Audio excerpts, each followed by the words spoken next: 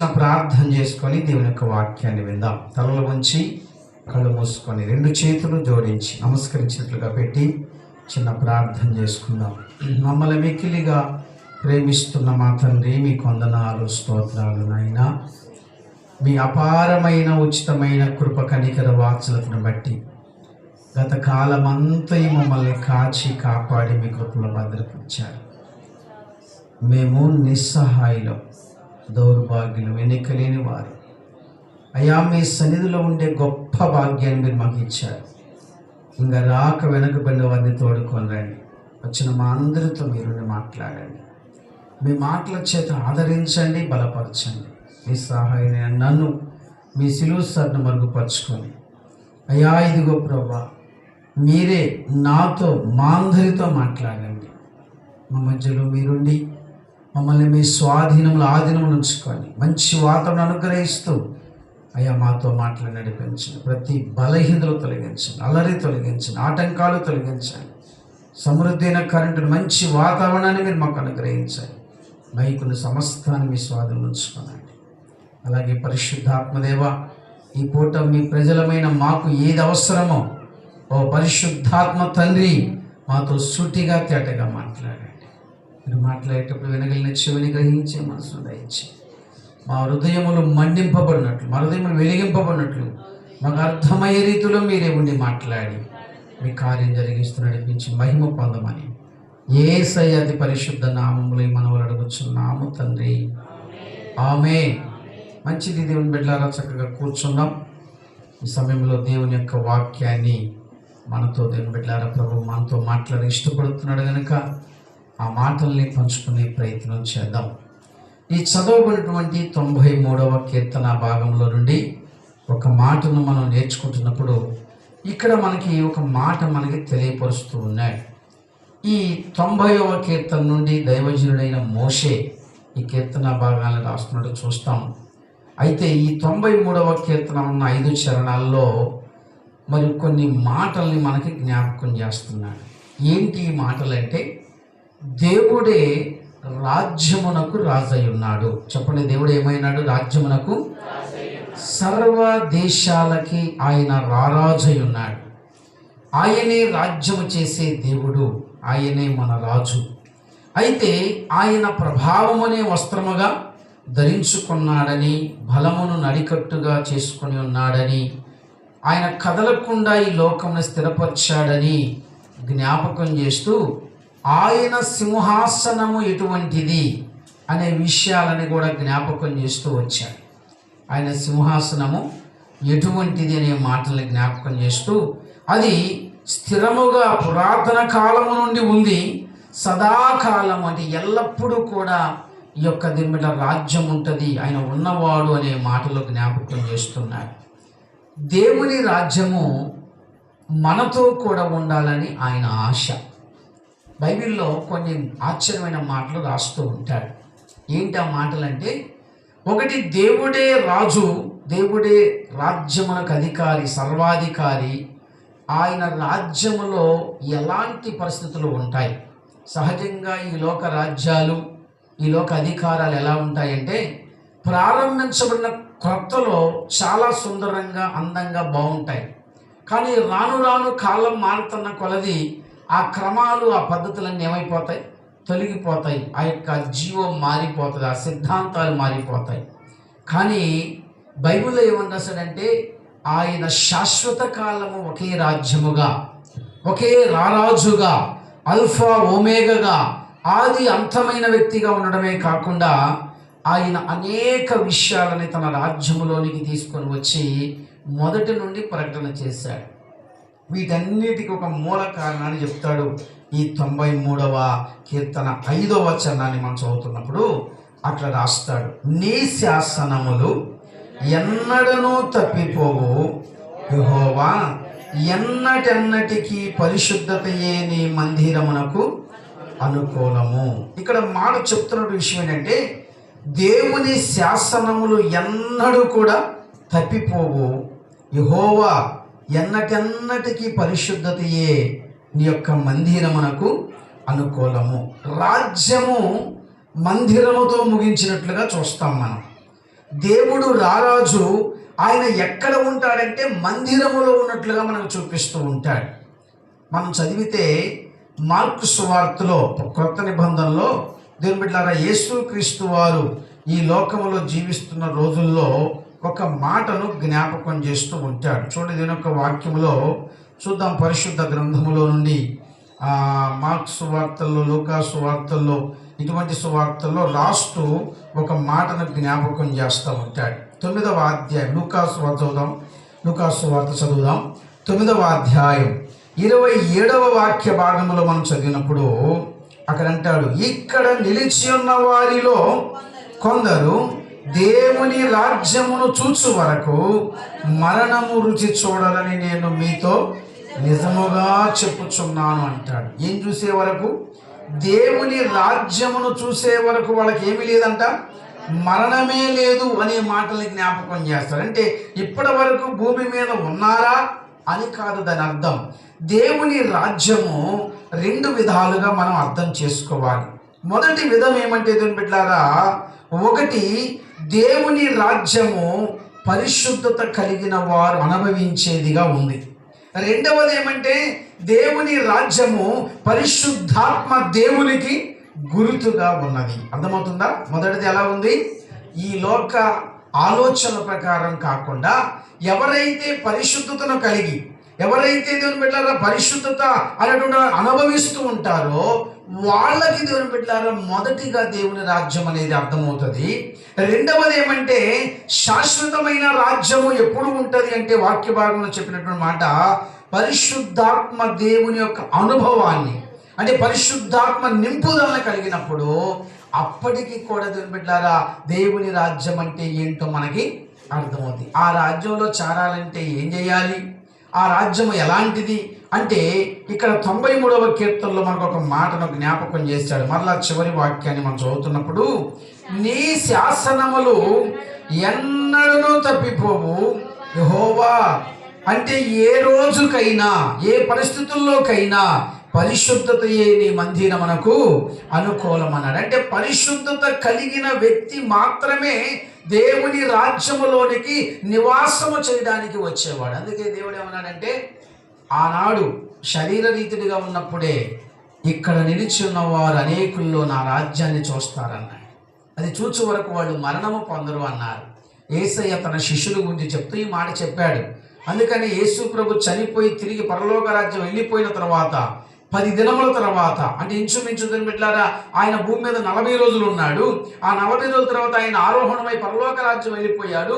ఆయన వెళ్ళిపోయిన 10 దినాల తర్వాత పరిశుద్ధాత్మ దేవుడు ఈ లోకములోనికి వచ్చాడు. దేవుని ఆత్మ ఎక్కడుందో అక్కడ ఆయన రాజ్యము ఉన్నది. స్తోత్రం చెబుదాం. ఆయన రాజ్యం శాసనాలతో కూడినది.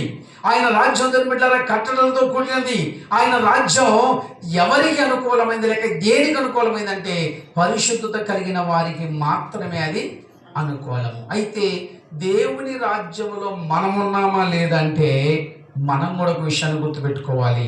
అక్కడ రాసిన మాట, పరిశుద్ధతయే నీ మందిరమునకు అనుకూలము. చెప్పండి నాతో పాటు ఈ మాట మీద అందరూ, పరిశుద్ధతయే నీ మందిరమునకు అనుకూలము.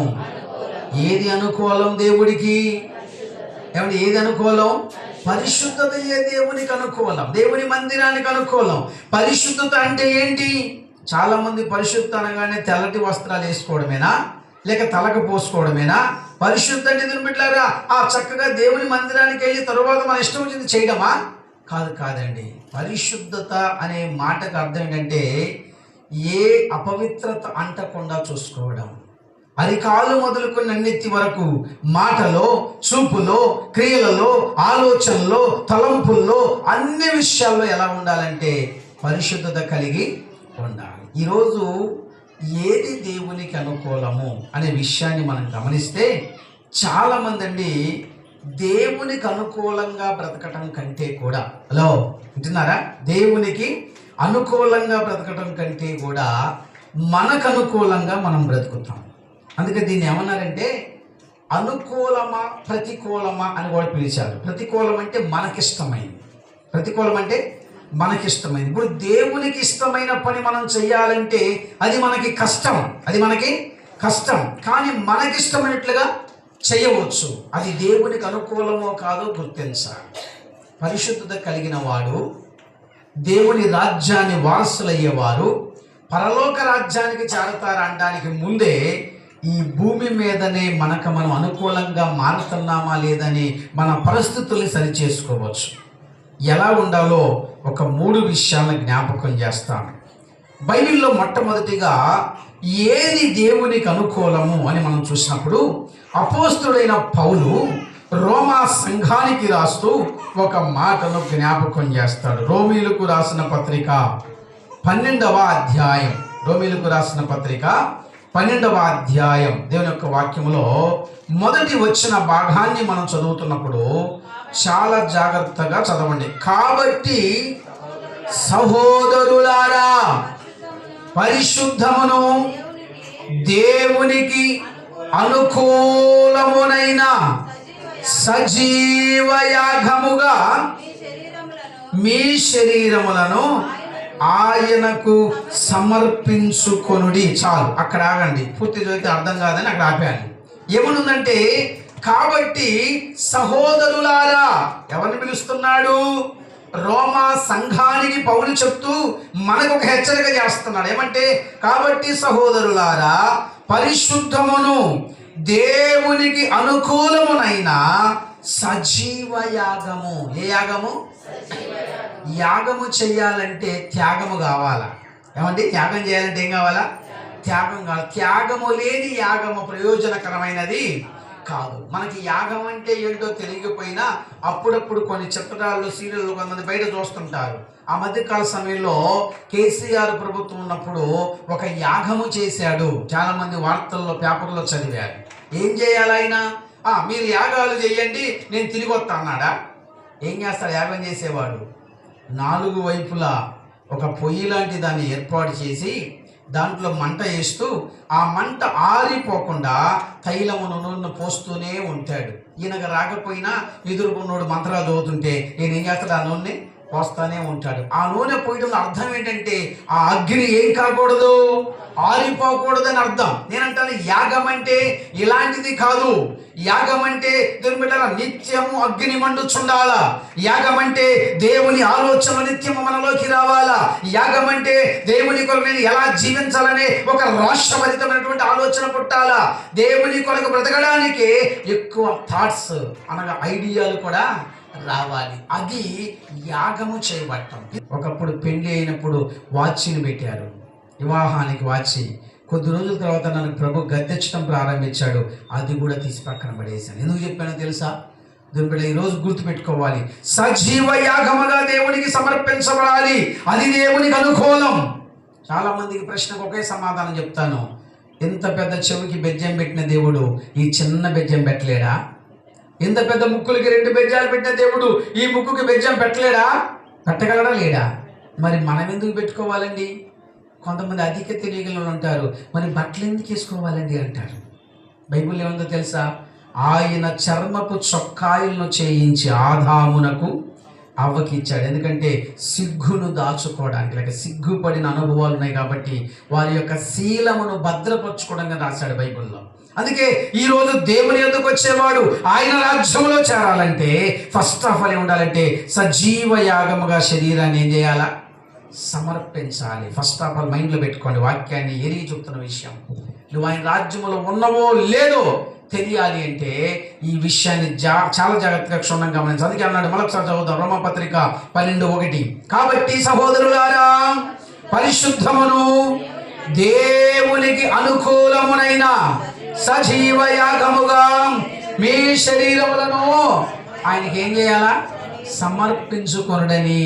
ఏమండి, ఒకరోజు కొత్తగా ఒక ఆవిడ మందిరానికి వచ్చిందంట. లాస్ట్లో పాట పాడుతున్నారు, సమర్పణ చేయుము ప్రభువు నాకు అని పాట పాడుతున్నారు. ఏం పాట ఇది? మనకు తెలిసి ఏం పాట? కానుకల పాట. అందరూ సందాలు వేస్తున్నారు. ఆమంటి పాట పాడుతుంటే సమర్పణ చేయుము ప్రభువు అని వేస్తున్నారు. అంటే ఏమర్థమైంది?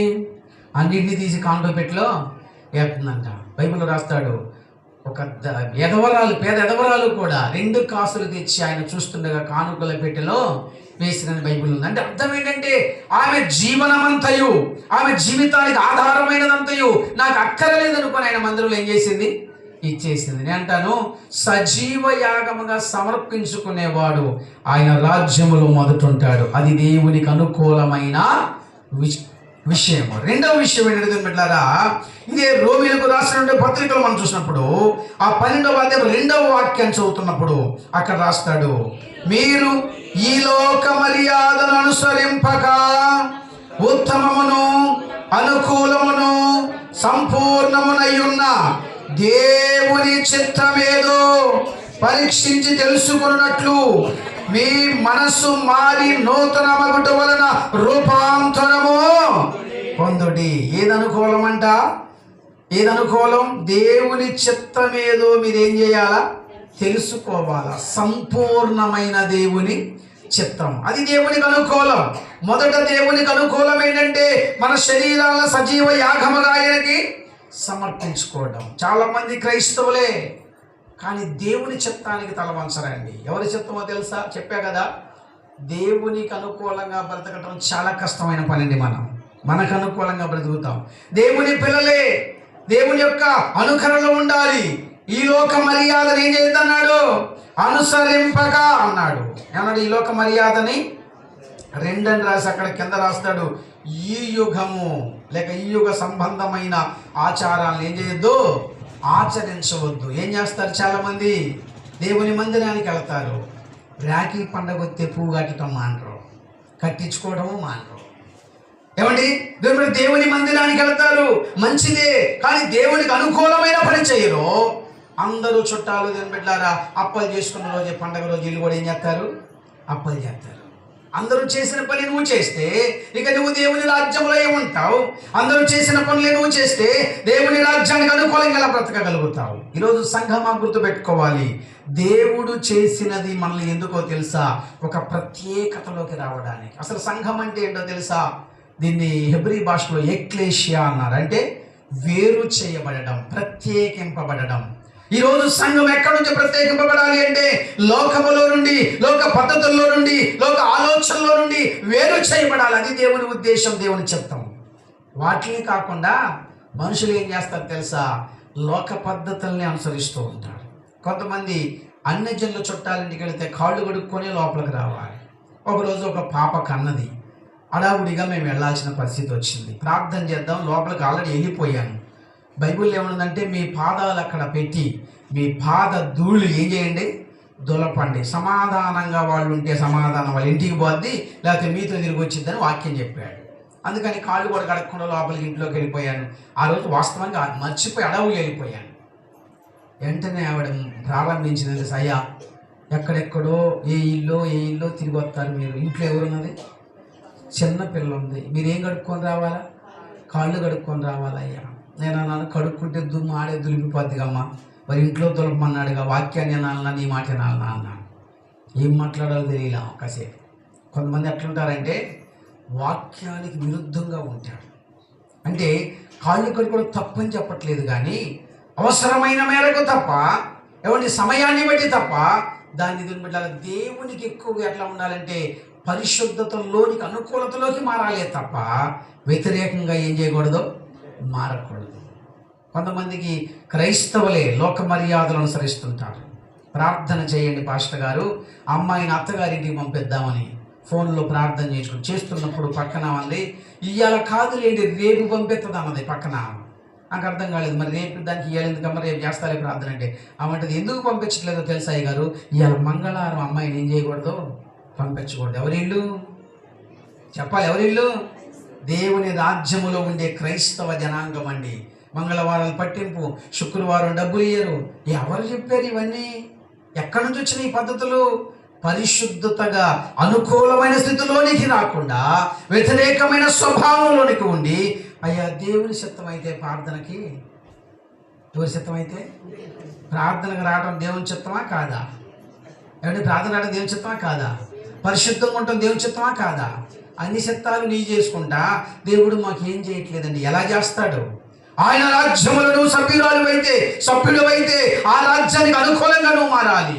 అందుకే చెప్పాను కదా, నేను తెలియక ముందు వేరు, వాక్యం తెలిసినాక వేరు. చాలామంది దేవుని పిల్లలు ఉంటారు, మంచి భక్తుడు, మంచి షర్ట్ ప్యాంట్, తెల్ల షర్ట్ తెల్ల ప్యాంట్ వేసి చక్కగా నల్ల బైబిల్ పట్టుకొని ప్రార్థనకు వస్తాడు. సెల్ ఫోన్ తీస్తే కనపడింది ఆయన బతికేందో. ఎన్ని రకాల వేషాలు వేస్తున్నాడు, ఎన్ని రకాల అనుభవాలు కలిగి ఉన్నాయో, ఏ రకాల డ్యాన్సులు వేస్తున్నాడు, ఏ ప్రదేశాల్లో ఫోటోలు దిగుతున్నాడు, అన్నీ ఇప్పుడు ఒకటి దొరికింది, స్టేటస్ పెట్టుకోవడమే.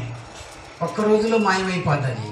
కానీ నేను అంటాను, ఆ ఒక్కరోజు చూసినప్పుడు కొంతమంది మీద మనసు తిరిగిపోద్దండి. నేను అనుకుంటాను, నేనే ఇలా ఉంటే చూసే మనిషినే మనల్ని చూస్తున్న దేవుడు ఎలా ఉంటాడు.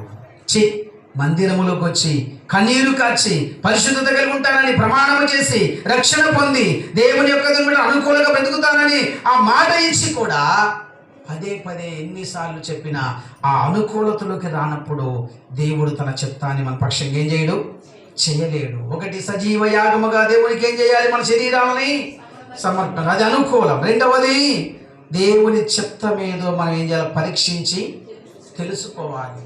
ఆయన చిత్తానికి మన చిత్తానికి చాలా తేడాలు ఉంటాయండి. దేవుని చిత్తం ఎలా ఉంటుందో మీకు చెప్తాను. నా చిన్నతనంలోనే మా అమ్మగారు ఉన్న పొలాన్ని, ఇల్లుని అన్నీ అమ్మేశారు. చాలా బాధపడ్డాం మేము. ఖమ్మం వెళ్ళాం, అక్కడ నుంచి మానేసి మళ్ళా రాఘవాపురం పంపించడానికి ముందు జగ్గయ్యపేట ట్రైనింగ్కి వెళ్ళాను. అక్కడ నుంచి రాఘవాపురం పంపించారు. కొంతకాలం తర్వాత ఒక ఆయన నన్ను అడిగాడు, ఇట్లాగ దేశం అంతా తిరగటమేనా మీరు, ఒక అడ్రస్ లేదా అన్నాడు. ఆ రోజు కొంచెం బాధ అనిపించింది. ప్రభువా ఏంటి పరిస్థితి అని ఏడ్చాను. దేవుడు అన్నాడు, నా చిత్తము చొప్పున నేనేం చేస్తున్నాను? నడిపిస్తున్నాను. నడుస్తానంటే నడు, నా చిత్తానికి వ్యతిరేకంగా ఉండాలంటే వెళ్ళిపో అని ఒక పాఠాన్ని చూపించాను. అప్పుడు అనుకున్నాను, నీ చిత్త ప్రకారం ఏం చేస్తాను ప్రభువా? నడుస్తాను. ఆయన చిత్తంలో నడవాలంటే అంత ఈజీ కాదండి. ఎలా ఉంటుందో తెలుసా? గాడిద మీద యేసయ్య కూర్చొని వెళుతున్నాడు. పైకి కొత్త బట్టలు వేశారట. ఏమేశారు? చాలామంది అయ్యగారికి ఏందిరా ఎంత మంచి లైఫ్, వండే పని లేదు, పెట్టే పని అమ్మగారికి, అందుకంటే ఎక్కడికి వెళితే అక్కడికి చక్కని భోజనాలు. గాడిద కూడా తెల్ల బట్టల మీద కూర్చొని నడుస్తుంది మంచిగా, యేసయ్య కూర్చోండు. కానీ గాడిదకి కళ్ళమ్మ నీళ్ళు వస్తున్నాయి అంట. ఎందుకో తెలుసా? కింద ఏమేశారు? ఈత మట్టలు వేశారు. ప్రతి చోట ముళ్ళే. ఆ బట్టలోంచి ఏం గుచ్చుకుంటుంది? ముళ్ళు గుచ్చుకుంటుంది. ముళ్ళు గుచ్చుకున్న బాధ ఎవరికి తెలిసిద్ది? గాడిదకి తెలుసు. చూసేవాళ్ళకి ఏం తెలుస్తుంది? తెల్ల బట్టలు. ఆహాహా ఎంత చక్కగా, కొత్త బట్టలు ఎంత చక్కగా. క్రైస్తవ జీవితం కూడా అలాంటిదే. చూసేవాళ్ళకి నువ్వు హాయిగా కనబడతావు, నెమ్మదిగా కనబడతావు. కానీ మన బాట పూల బాట కాదు, ముళ్ళ బాట, శ్రమల బాట. అయినా సరే మన పరిశుద్ధతను మనం కాపాడుకోవాలి, ఆయన చిత్తాన్ని తెలుసుకోవాలి. అది తెలుసుకునేటప్పుడు అనేక రకాల శోధనలు వస్తాయి. ఒక్కొక్కరికి ఒక్కొక్క రకమైన శోధన, ఒక్కొక్కరికి వాళ్ళ మైండే శోధన. బైబిల్లో రాసిన ఒక్కొక్కరికి శరీరమే శోధన అంట. ఆత్మకి శరీరానికి యుద్ధం రోజు జరుగుతుంటుంది. శరీరం అంటదంట, పడగా ఏం ప్రార్థన చేస్తావు అందరికి తెలియదా? చాలే పడగా, ఏడ నీకు నిద్ర చాలపోతే తలకాయ నొప్పి వస్తుంది. ఉపవాసం ఉంటే గ్యాస్ పట్టుద్ది, నీకు తెలియదు. పడుకో, ఉపవాసాలు ఉండబాక. చెప్పేది ఎవరు? శరీరం. ఆత్మ ఏం చెప్పొద్ది? నువ్వు రోషంతో ఉపవాసాలు ఉండాలా. ఏలియా ఉన్నట్టు 40 రోజులు ఉండాలా, దానియేలు ఉన్నట్టు 21 రోజులు ఉండాలా, లేకపోతే యేసు ప్రభు ఉన్నట్టు 2 రోజులు ఉపవాసం ఉండాలా. ఆయన వరాన్ని పొందాలి, ఈయన వరాన్ని పొందాలని చెప్తారు. శరీరం ఒక పూట సహకరించట్లేదు. ఉపవాసాలు ఉండాలనేమో దేవుని ఆత్మ చెబుతుంది. యుద్ధం, పోరాటం. ఇదే కాదు, ఒక్కొక్కరికి శోధన ఎలా ఉంటుందంటే భర్త ద్వారా ఉంటుంది భార్యకి, ఒక్కొక్కరికి భార్య ద్వారా భర్తకు ఉంటుంది. యోబు భార్యలాగా. ఒక్కొక్కరికి ఎలా ఉంటుందంటే యోసేపులాగా పని చేసుకునే చోట, ఆ పని చేసే చోట శోధన ఉంటుంది. ఎవడో ఒక దుష్టురాలో కన్నేస్తూ ఉంటుంది, పాడు చేయాలని చూస్తూ ఉంటుంది. ఇలా రకరకాల శోధనలు మనల్ని ఏం చేస్తుంటాయి? వెంటాడతాయి. అయినా మనల్ని మనం ఏం చేయాలా? దేవుని చిత్తం తెలుసుకోవాలి.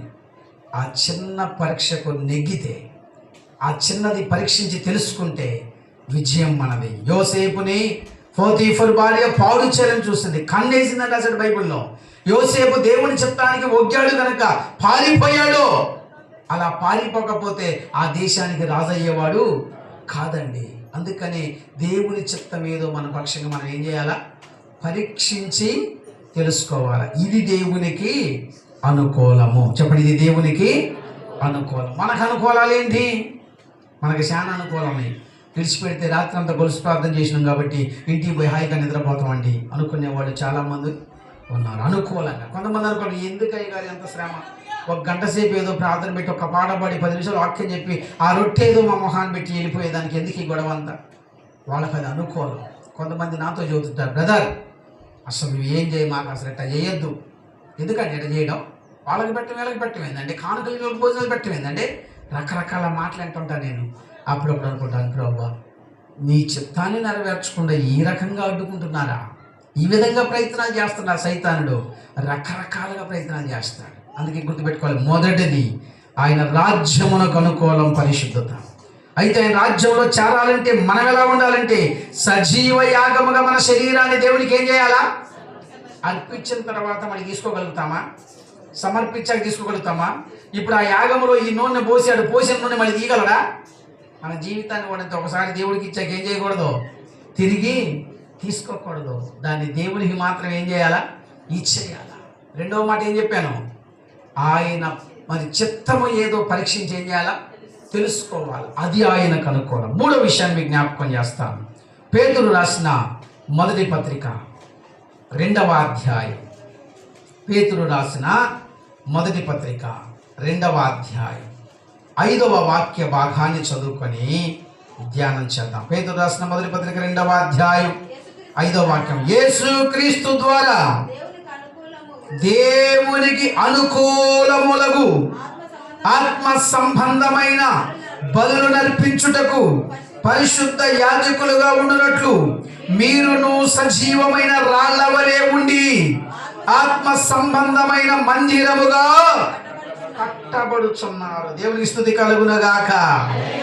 ఏమండి, ఎలాగంట, యేసు క్రీస్తు ద్వారా దేవునికి అనుకూలములకు ఆత్మ సంబంధమైన బలుల్ని ఏం చేయాలి, అర్పించాలి. ఆత్మ సంబంధమైన బలి అంటే ఏంటి, శరీర సంబంధమైన బలి అంటే ఏంటి మనకు తెలియాలి. శరీర సంబంధంగా బలి అంటే ఏంటో తెలుసా.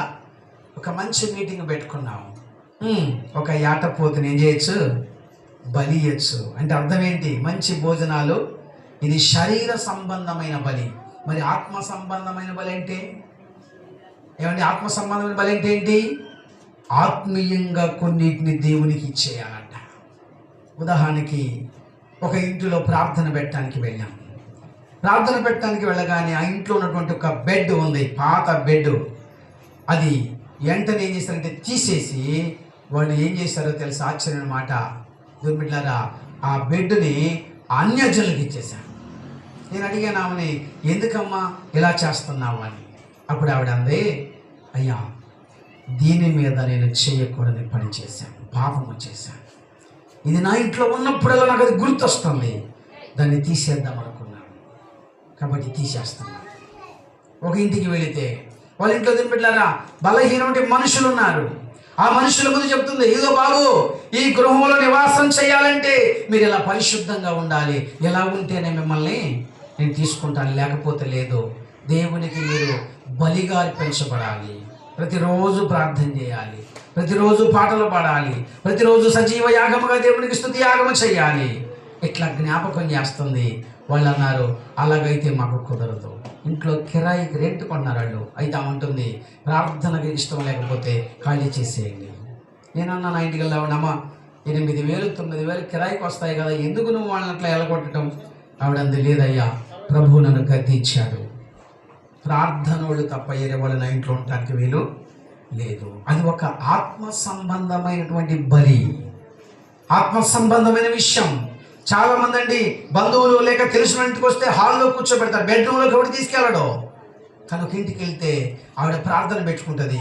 ఆ రోజు వాళ్ళ ఇంట్లో సీక్రెట్ గది ఉందన్నమాట, ఆ గదిలోకి తీసుకెళ్ళి ప్రార్థన పెట్టుద్ది. చాలాసార్లు అడిగానమ్మా, బయట పెట్టుకుందాంలే, ఫ్రీగా ఉంటుంది, కరెంటు పోయిన ఇబ్బంది అవుతుందమ్మా, లేకపోతే హాల్లో పెట్టుకుందామా, వాళ్ళ పెద్ద ఇల్లు. ఆవిడంటది, అయ్యా దైవజనులు వచ్చారంటే వాళ్ళతో ఎవరు వస్తారు, దేవుడు వస్తాడు, ఆయన లోపలి వరకు రావాలి నా ఇంట్లోకి, ఇక్కడి నుంచి వెళ్ళిపోవడానికి లేదు. నాకు అప్పుడు అనిపించింది, ఆత్మ సంబంధమైన ఆలోచనలు వీళ్ళల్లో ఉన్నాయి. ఎస్, దేవుని కోసం ఒక యాగం చేయడానికి, ఒక త్యాగము చేయడానికి, కొన్ని దినముల ఆలోచనలు కలిగి ఉండడానికి దేవుని యొక్క దాసులు లేక దేవుని పిల్లల్ని ప్రియాకి ఎక్కువ నిమిడరా వాళ్ళకి మర్యాదలు చేసేవాడు ఉంటారు. ఒకే గ్రామములో ఒక మంచి దేవుని బిడ్డలారా ఉద్యోగం చేసే స్త్రీ ఉంది. అదే గ్రామములో అక్కడక్కడికి వెళ్ళి దేవుని బిడ్డ భిక్షాటన చేసే ఆవిడ ఉంది, అడుక్కుంటుంది ఆవిడ.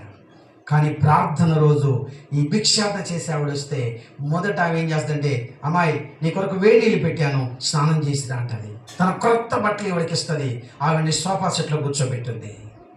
ఆవిడ ప్రార్థనలో కింద కూర్చొని, నేను కుర్చీలో కూర్చుని అమ్మగారు అందరి కింద కూర్చుంటే ఆవిడ మాత్రం సోఫా సెట్లో కూర్చోబెట్టింది. ఒకరోజు అడిగాను, అమ్మ ఈవిడ గురించి నీకు తెలుసా అన్నాను. తెలుసండి, మా బజార్లోని దగ్గరలో ఉంటుంది, వాళ్ళకి ఇల్లు కూడా లేదు, డేరాలో ఉంటారు. కానీ ఈరోజు ఆవిడ నా అతిథి, దేవుని యొక్క బిడ్డగా వచ్చింది, నా కొరకు ప్రార్థన చేస్తుంది. ఆవిడ ఏం చేస్తుందో తెలుసా? ఆ సోఫా సెట్లో కూర్చోవడం అలవాటు లేదా, కొంతమందికి అలవాట్లు ఉండవు. ఆ కూర్చున్న కాడ నుంచి ఏడుతూనే ఉంటుంది, అయ్యా అయ్యా నేను పనికి మాలిందన్న, ఎన్నిక లేనిదన్న, అయ్యా ఈ అమ్మ నన్ను తీసుకొచ్చి పైన కూర్చోబెట్టింది, అయ్యా నువ్వు రేపు ప్రభు పరలోక రాజ్యంలో నన్ను ఇట్లా కూర్చోబెడుతూ నమ్ముచున్నానయ్యా, అయ్యా ఈమెకి ఏది అవసరం అది చెయ్యయ్యా. 24 గంటల ఇంటికి వచ్చిందంటే కన్నీటితో ప్రార్థన చేస్తుంది. స్తోత్రం చెబుదా. అప్పుడు ఆవిడ అంటది, ఈమెను ఎందుకు ఇంత మర్యాదగా చేస్తున్నాను తెలుసా? ఆవిడ ఎవరిని చూస్తున్నాను? నేను నా యేసయ్యను చూస్తున్నాను. స్తోత్రం చెబుదా. మరి మీకుందా ఇట్లాంటి అనుభవం? ఇట్లాంటి అనుభవం మీకుందా? కొంతమంది అంటుంటారు, అక్కడ కూర్చోపో తర్వాత మాట్లాడదండి పై అంటారు. అంటే అర్థం ఏంటంటే లెక్క చేయరు కొంతమందిని, పేదవాడిని. బైబిల్ అంటాడు, నీకు కొన్ని ఆత్మీయమైన ఆలోచనలు వస్తేనే జీవితంలో బిడ్డలారా దేవుని రాజ్యానికి వారసుడివి అవుతావు, కాగలుగుతావు. అందుకే ఆత్మ సంబంధమైన బలులే మందిరంలోనికి కూడా తీసుకొని రావాలి.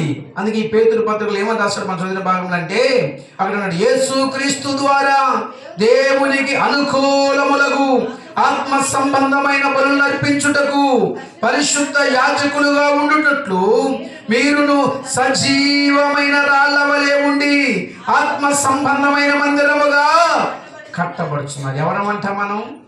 సజీవమైన రాళ్ళు అన్నాడు. ఏ రాయి? సజీవం అంటే జీవం ఉన్నదంటే కదిలేది, మాట్లాడేది. మరి సజీవమైన రాయి ఇలా ఉంటే ఎవరి సజీవమైన రాళ్ళు అన్నాడు? మనం అన్నాడు. పేతురు అనే మాట కూడా అర్థం ఏంటి తెలుసా? సజీవమైన రాయి అని అర్థం. అంటే ఇక్కడ చదువుతున్నప్పుడు ఏమవుతుందంటే సజీవమైన రాళ్ల వల్లే ఆత్మ సంబంధంగా కట్టబడాలి.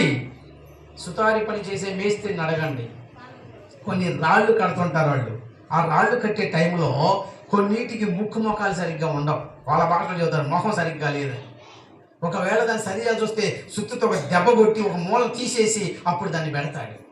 ఎక్కడ కూర్చోబెట్టాలో ఎలా కూర్చోబెడతాడు, స్థిరంగా ఉన్నట్లుగా కూర్చోబెడతాడు. నేనంటాను, మనము కూడా రాళ్ళ లాంటి వాళ్ళమే. ఎలాంటి వాళ్ళు చెప్పండి? రాళ్ళ లాంటి వాళ్ళమే. చెప్పాలి ఎలాంటి వాళ్ళం? ఏ రాయి? పనికిమాల రాయి అండి. ఫస్ట్ ఏ రాయి? పనికిమాల రాయి. ఎక్కడో గొట్లో దొరికే రాయి ఉందే, ఎక్కడో బండలో దొరికే రాయి ఉందే, పడిపోయిన మొక్క ఉందే, ఎవడు లెక్క చేయని రాయి ఉందే, ఆ రాయి మనం తీసుకొచ్చి శిల్పకారుడైన ఆయన ఏం చేశాడు? చెక్కడం ప్రారంభించాడు. ఎలా చెక్కాడో తెలుసా? వాక్యము ద్వారా. బైబిల్లో యోబు గ్రంథంలో ఒక మాట రాస్తాడు.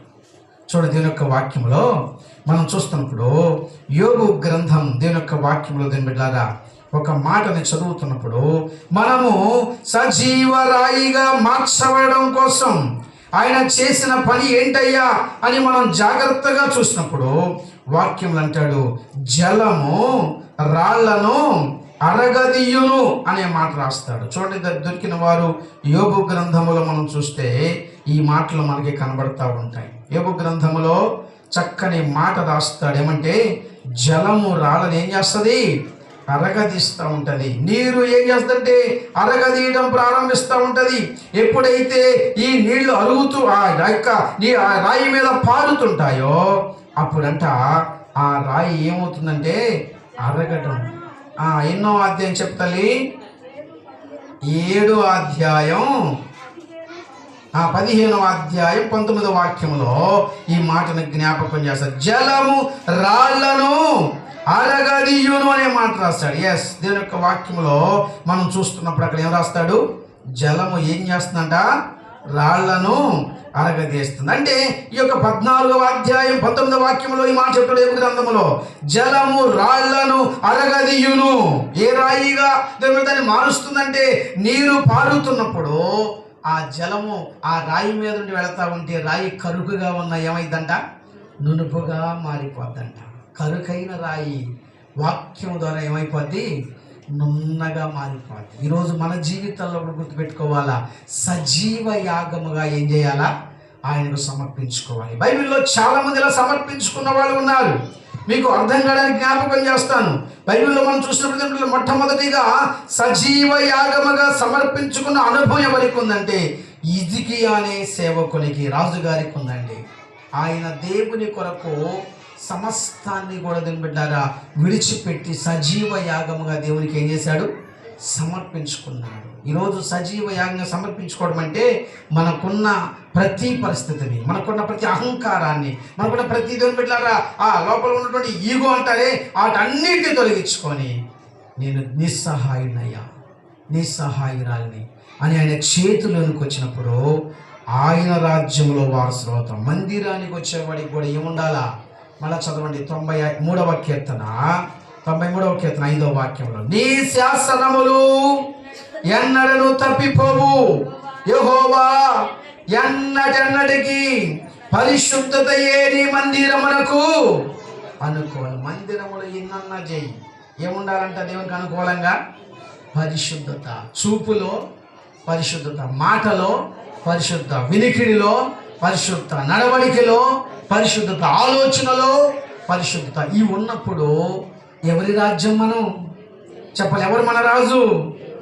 ఒక దైవజనుడు చెప్తుంటాడు, మై కింగ్ అంటాడు. విన్నారా ఎవరైనా? మై కింగ్ అంటాడు. అంటే అర్థమైంది, ఆయన మన రాజు, ఆ రాజే మన రాజ్యమునకు ఆధారమై ఉన్నటువంటి వాడు. ఇప్పుడు దేవాది దేవుడే రాజుగా ఉంటే మనకి ఏమైనా కొదువు ఉంటుందా? ఏది కొదువు ఉండదు. నువ్వు పరిశుద్ధంగా ఉన్నంత కాలం ఆయన నీ పక్షంగా కార్యాలు చేస్తూనే ఉంటాడు. ఎందుకంటే వాక్యంలో అన్నాడు, నేను పరిశుద్ధుడును గనక మీరును పరిశుద్ధుడు. పరిశుద్ధతను కలిగి ఉండడమే కాదు, పరిశుద్ధతను జరిగించడమే దేవుని చిత్తం అన్నాడు. తెస్సలోనికలకు రాసినటువంటి పత్రికలో దేవుని యొక్క వాక్యములోకి మనం వచ్చినప్పుడు నేను బిడ్డారా చూడండి, ఒక మాటను మీకు జ్ఞాపకం చేస్తాను. పరిశుద్ధ గ్రంథములో తెస్సలోనికలకు రాసిన మొదటి పత్రిక 4వ అధ్యాయములో దేవుని యొక్క వాక్యములో చూసినప్పుడు 3వ వాక్యం చదివితే అంటాడు, మీరు పరిశుద్ధులగుటయే అనగా మీరు జాగ్రత్తమునకు దూరముగా ఉండుటయే దేవుని చిత్తం అన్నాడండి. తెస్సలోనికలకు రాసిన మొదటి పత్రిక 4వ అధ్యాయం 3, 4 వాక్యాలు చూద్దాం. ఇవే రాస్తాడు. 4వ వాక్యం కూడా అంటాడు, మీలో ప్రతి వాడును దేవుని ఎరుగని అన్యజనుల వలె కాక, కామాభిలాష యందు కాక, పరిశుద్ధత యందును ఘనత యందును తన తన ఘటమును ఎట్లు కాపాడు కొనవలెను అది ఎరిగి ఉండుటయే. స్తోత్రం చెబుదాం గట్టిగా. మనల్ని మనం ఏం చేయాలంట? ఎవరు కాపాడుతారు మనల్ని? అయ్యా మా కోసం నువ్వేం చేయి. మరి నువ్వేం చేస్తా? అయ్యగారు ప్రార్థన చేసి, అమ్మగారు ప్రార్థన చేస్తే నువ్వేం చేస్తా? తెల్లవారుదాన్ని మోచుకుంటాడు, ఏమంటే వాక్యం చదువుతుంటా, ప్రార్థన చేస్తుంటారు శుద్ధి రూపంలో. ఎవరన్నా వస్తే బాగానే వాళ్ళ కళ్ళు చూస్తుంటే వాటికి ఆ ఫోన్ కళ్ళి. చాలామంది ఎట్టుంటారో తెలుసా, లేవడమే కష్టం, లేచిన ఆ లైన్ దొరకడం ఇంకా కష్టం. ఆ లైన్ దొరికినా కొంతమందికి వీడియో ఆఫ్ చేసుకోవడం రాదు, వాయిస్ కటింగ్ చేసుకోవడం రాదు, ఎట్లా మాట్లాడాలో తెలియదు, ఏం చేయాలో ఇది ఏమీ రాకపోయినా సరే నేనే పాట పాడతాను. ముందు పాట నేనే పాడతాను, ముందు ప్రార్థన నేనే చేస్తాను, ముందు నాదే అని నేను అంటాను. బిడ్డారా ఒక్కొక్కసారి నాకు అనిపిస్తుంది, అంటే నాకు అనుభవం అని చెప్తానండి. దేవుని వాక్యాన్ని బోధించేటప్పుడు అది తెల్లవారుజామునే కానీ మధ్యరాత్రే కానీ ఏ టైం అయినా కానీ నాకు సమయం వచ్చినప్పుడు నేను చేసే మొదటి పని ఏంటంటే, ఫస్ట్ ఆఫ్ ఆల్ అక్కడ స్నానం చేసే అవకాశం ఉంటే స్నానం చేస్తాను. చేయలేకపోతే కాళ్ళు చేతులు శుభ్రంగా కడుక్కొని 2 సార్లు పుక్కులు చూసి ఒక మంచినీళ్ళు కొద్దిగా తాగి ప్రార్థన చేసుకున్నాక అప్పుడు బైబిల్ ముట్టుకుంటాను. నేను స్తుతికోవడానికి లేవాలంటే 4:20కి ఆన్లైన్లోకి పెడతాడు మా అబ్బాయి పెద్దోడు, కానీ నేను 4 గంటల లోపే లేవాలి. ఎందుకంటే నా పని ఖచ్చితంగా 20 నిమిషాలు పట్టింది. లేచి స్నానం చేయడం, లేకపోతే లేచి మొహం కడుక్కోవడం, కాళ్ళు కడుక్కోవడము, శుభ్రంగా ఉంటే రాత్రి పూట బట్టలు మార్చుకొని వేరే షర్ట్ వేసుకోవడం, వేరే టీ షర్ట్ వేసుకోవడం, ఏదో చేసి నేను అనుకూలంగా నా పరిస్థితిని మార్చుకుంటాను. నేను ఇలా కూర్చుంటాను, ఇలా ఉంటాను, ఇలా ఉండాలని చెప్పి అన్నిటి సిద్ధం చేసుకొని అప్పుడు లేఖనానికి చదవడం ప్రారంభిస్తాను. కొంతమందికి అదేమనదు, సుది కొడుకులో పడుకొని కూడా వాక్యం వింటారు. కొంతమంది పడుకొని కూడా ప్రార్థన చేయండి అంటే కొంతమంది ఆ మాట తీరు అర్థమైపోద్ది. కొనుక్కొని మాట్లాడుతున్నారా, లేచి మాట్లాడుతున్నారా, ఇది తెలుసుకుని అనుకుంటాను. ఎంత తేలిగ్గా దేవుని పని ఎలా చేయగలుగుతున్నారు. దేవుడు పనుకొని అనలేడా? చూద్దాంలే అన్నాడు అనుకో, 1000 సంవత్సరాలు ఇంటిపోతామంట. ఎన్ని సంవత్సరాలు? 1000 సంవత్సరాలు ఇంటిపోతామంట. మనం ఆయన దృష్టిలో ఒక్కరోజు అంటే ఎంత? 1000 సంవత్సరాలు. అందుకని దేవుడు ఒకవేళ బిడ్డలో చూద్దాం అనుకుంటే ఎరిగిపోతాం. కానీ మనకి ఏం కావాలా? దేవుని పని విషయంలో, దేవుని మందిర విషయంలో, దేవుని యొక్క మాట విషయంలో మన జీవితాన్ని మనం కాపాడుకోవాలి. నేను వెళుతున్నాను, ఇది సరైన మార్గమేనా? నేను వెళుతున్నాను ఇది కరెక్టేనా? ఎప్పుడన్నా ఆలోచన చేశారా? మన ఈ మధ్య ఒక ఆవిడ తేలిగ్గా ఏదో దసరా పండుగ ఆఫర్ ఉందని చెప్పి ఆ జీవి మాల్కి వెళ్దామని చెప్పి ఖమ్మంలో వెళ్తుంది. వెళ్ళి ఆమె ఊరికెళ్ళకి ఏం చేసినట్టు ఒక తోటి కోడలు పిలిచింది. ఆమె విశ్వాసి, తోటి కోడలు అనేటువంటి ఆమె విశ్వాసి. ఆమెకు పాస్టర్ గారు ఏం చెప్పండి, అమ్మా ఈరోజు బుధవారం కాబట్టి తప్పకుండా మీరు మందిరంలోకి రావాలి, స్త్రీల మీటింగ్ ఉంది. ఆవిడంటే, అయ్యా మా తోటి కోడలు పిల్లలు పిలిచింది, మేము మాట్లాడుకోక 10 ఏళ్ళు అవుతుంది కాబట్టి జీవి మాల్దాకి ఏం చేస్తాను, ఏళ్ళు వస్తాను. ఇంకా వెళ్ళటమే కానీ రాటాలు ఉంటాయా? ఒకసారి వెళ్తే ఎన్ని గంటలు పట్టిద్దు అందులో, ఆ మాలంతా చూడాలా. జీవి మాలని అందుకే పెట్టినవాడు.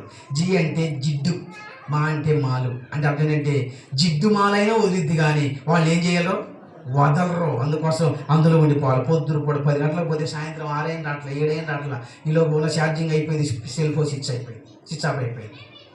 భర్తకు వెళ్ళిందని పాస్టర్ గారికి ఫోన్ చేశాడు, అయ్యగారు మా ఆవిడని ప్రార్థన చేసిపోయారా?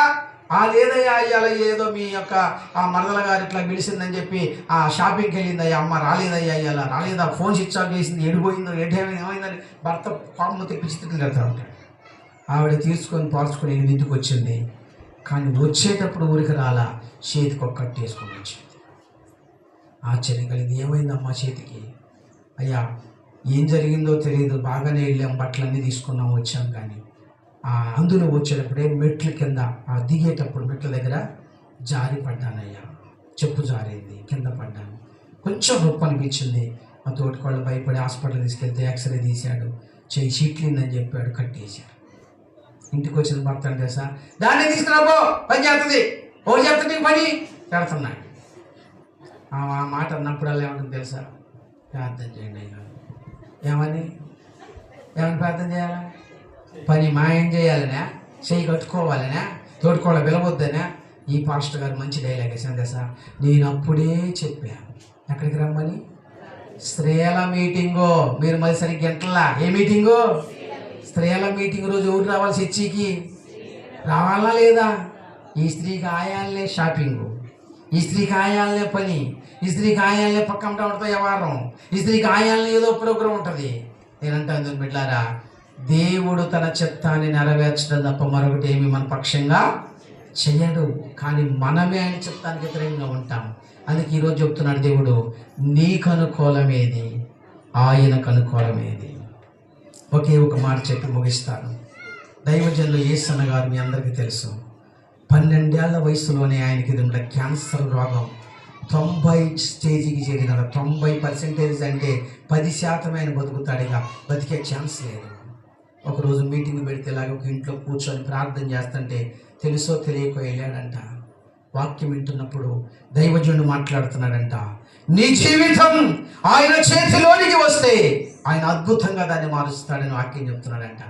దైవజనుడికి ఆ ఒక్క మాటే మైండ్లో మిగిలిపోయింది. అప్పుడు యవనస్తుడు కాబట్టి, అయ్యా ఈ రక్తం కక్కుంటా ఈ పరిస్థితుల్లో నేను ఎంతకాలం బతుకుతానో తెలియదు, నీ చేతిలోకి వస్తున్నాను, నువ్వు తప్ప నాకెవరు వద్దు. ప్రభు ప్రశ్నించడం ప్రారంభించాడంట, అమ్మొద్దా?